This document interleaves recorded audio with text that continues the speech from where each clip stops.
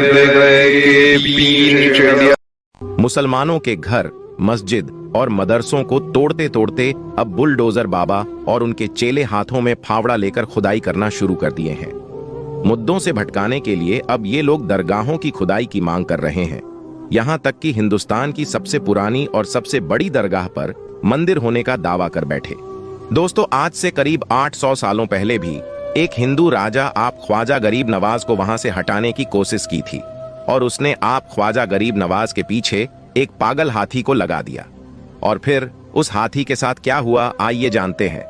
लेकिन दोस्तों, उससे पहले आप वीडियो को लाइक करने के साथ ही अपने 5 दोस्तों को जरूर शेयर करें ताकि सबको इस करामात के बारे में पता चल सके, और कमेंट बॉक्स में या मोइन हक मोइन जरूर लिखें। दोस्तों, यह वाकया है ख्वाजा गरीब नवाज रहमतुल्लाही अलैह और एक पागल हाथी का। आपने अपनी करामत से एक पागल हाथी को पत्थर बना दिया था। जी हां, आज की इस कहानी में हम ख्वाजा गरीब नवाज की उस करामत के वाकये का जिक्र करेंगे और यह भी बताएंगे कि आपने उस हाथी को किस वजह से पत्थर बनाया था। इसके पीछे की घटना भी आपके सामने पेश करेंगे। दोस्तों, पृथ्वीराज चौहान और हजरत ख्वाजा गरीब नवाज रहमतुल्लाही अलैह के वाक्य के बारे में हर किसी को मालूम है। पृथ्वीराज चौहान ने हर कोशिश की कि किसी न किसी तरह से गरीब नवाज रहमतुल्लाही अलैह को शिकस्त दी जा सके, लेकिन जब पृथ्वीराज चौहान हर मुमकिन तदबीर इस्तेमाल करके हार मान गया और थक चुका, तब हजरत अब्दुल्लाह बयाबान रहमतुल्लाही अलैह ने ख्वाजा गरीब नवाज रहमतुल्लाही अलैह से कहा, हुजूर, अब आपको शहर में क़याम करना चाहिए ताकि मखलूक ए खुदा आपके फैज से फैज़याब हो सके। ख्वाजा गरीब नवाज रहमतुल्लाही अलैह ने इस दरख्वास्त को मंजूर कर लिया। हजरत ख्वाजा गरीब नवाज मोइनुद्दीन चिश्ती रहमतुल्लाही अलैह ने शेख मोहम्मद यादगार को हुक्म दिया कि शहर में हमारे लिए एक मकाम तलाश करें जहां पर हम रह सके। फिर शहर में जाकर शेख मोहम्मद यादगार ने वह जगह तजवीज की जहां आज ख्वाजा गरीब नवाज का मकाम मौजूद है। फिर आप ख्वाजा गरीब नवाज रहमतुल्लाह अलैह अना सागर से उठकर उस मुकाम पर रिहाइश पजीर हो गए। शहर में कायाम करने के बाद ख्वाजा गरीब नवाज रहमतुल्लाह अलैह ने तेता में हुज्जत के लिए पृथ्वीराज के नाम दावतनामा भिजवाया, जिसका मजमून कुछ यूं था, ऐ संगदिल राजा, तेरा अहद जिन लोगों पर था वह अल्लाह तबारक व ताला के फजल व करम से इस्लाम में दाखिल हो गए, और अगर तू अपनी भलाई चाहता है तो मुसलमान हो जा, वरना जलील व खवार होगा। पृथ्वीराज पर गरीब नवाज रहमतुल्लाह अलैह की इस दावत का कोई असर न हुआ। जो कासिद संदेशवाहक गरीब नवाज रहमतुल्लाह अलैह ने भेजा था वह वापस आ गया। उसके बाद गरीब नवाज रहमतुल्लाह अलैह ने मुराकाबत ध्यान में आंखें बंद किए हुए बैठे रहे। फिर गरीब नवाज रहमतुल्लाह अलैह ने आंखें खोलकर फरमाया, अगर यह शख्स अल्लाह तबारक व ताला पर ईमान न लाए तो इसे जिंदा गिरफ्तार कर लिया जाए और इसे इस्लामी लश्कर के हवाले कर दिया जाए।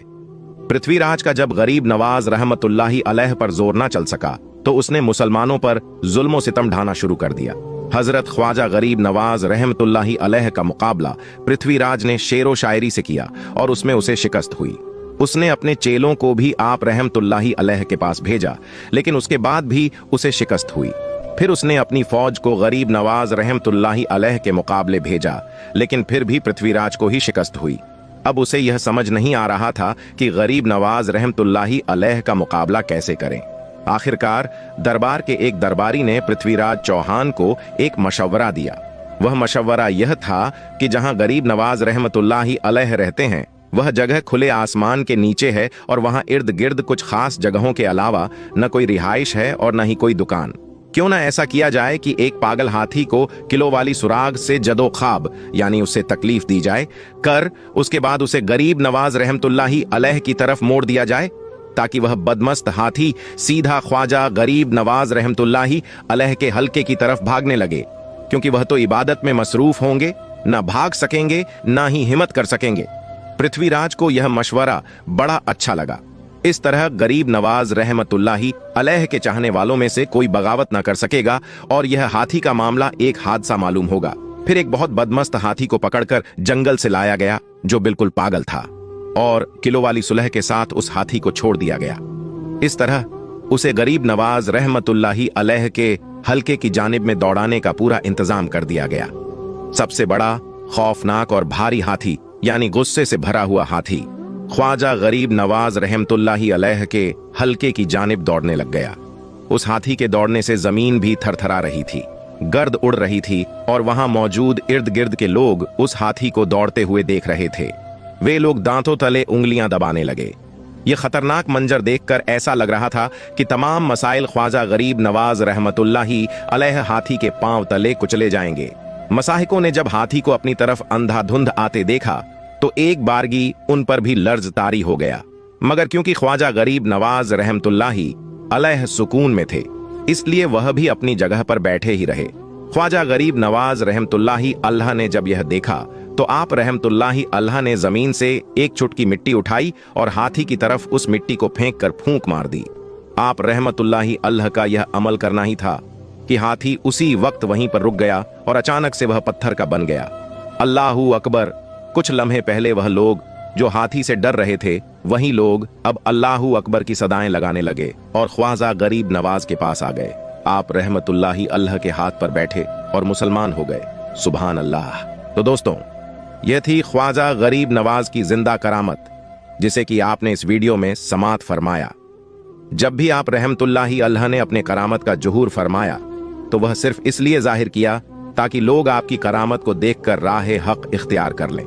दोस्तों, इसी तरह का एक और करामत ख्वाजा गरीब नवाज का देखने को मिला था जब मुगल बादशाह औरंगजेब अजमेर दरगाह को तोड़ने का इरादा किया था।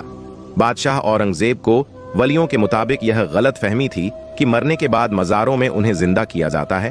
अपनी इसी वहम को दूर करने के लिए बादशाह औरंगजेब एक रोज गरीब नवाज की जियारत करने के लिए अजमेर शरीफ तशरीफ ले गए और जब अजमेर पहुंचे, औरंगजेब ने अपने काजी से कहा, चलो मान लेता हूं कि गरीब नवाज अल्लाह के वली हैं, लेकिन मैं तभी मानूंगा जब मैं उनको सलाम पेश करूंगा, तो मुझे सलाम का जवाब मिलना चाहिए।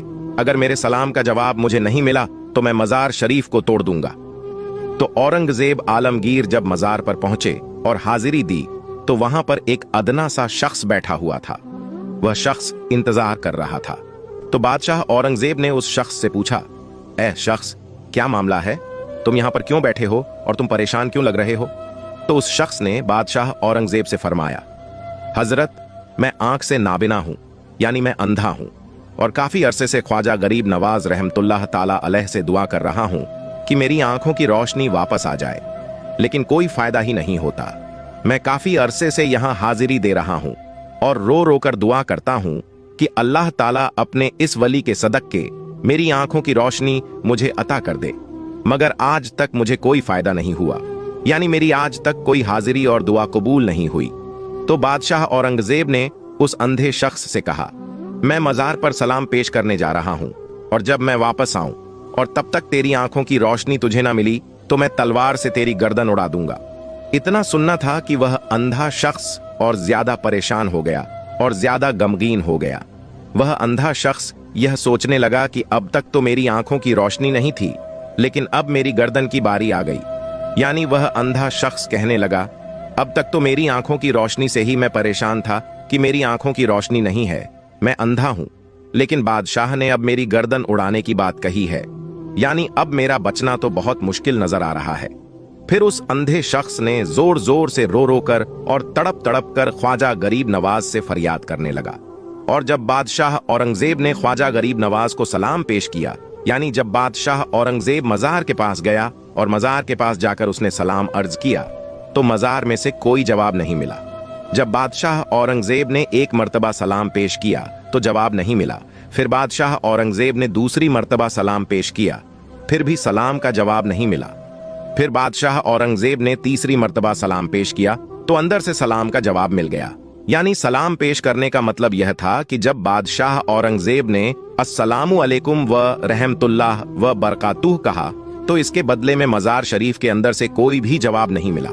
फिर दूसरी मर्तबा भी बादशाह औरंगजेब को सलाम का जवाब नहीं मिला, लेकिन जब तीसरी मर्तबा बादशाह औरंगजेब ने अस्सलामु अलैकुम व रहमतुल्लाही व बरकातुह कहा तो अंदर से आवाज आई, वालेकुम अस्सलाम व रहमतुल्लाही व बरकातुह। फिर मजार शरीफ से आवाज आती है, ऐ बादशाह औरंगजेब, दोबारा ऐसी जिद ना करना, क्योंकि तुम्हारी जिद की वजह से मैं उस अंधे आदमी की आंखों की रोशनी लेने अर्शे इलाही पर गया था और इसी वजह से तुम्हारे सलाम के जवाब देने में देर हो गई। ख्वाजा गरीब नवाज की करामत तो देखिए कि बादशाह औरंगजेब रहमतुल्लाह ताला खुद एक अल्लाह के वली बन गए।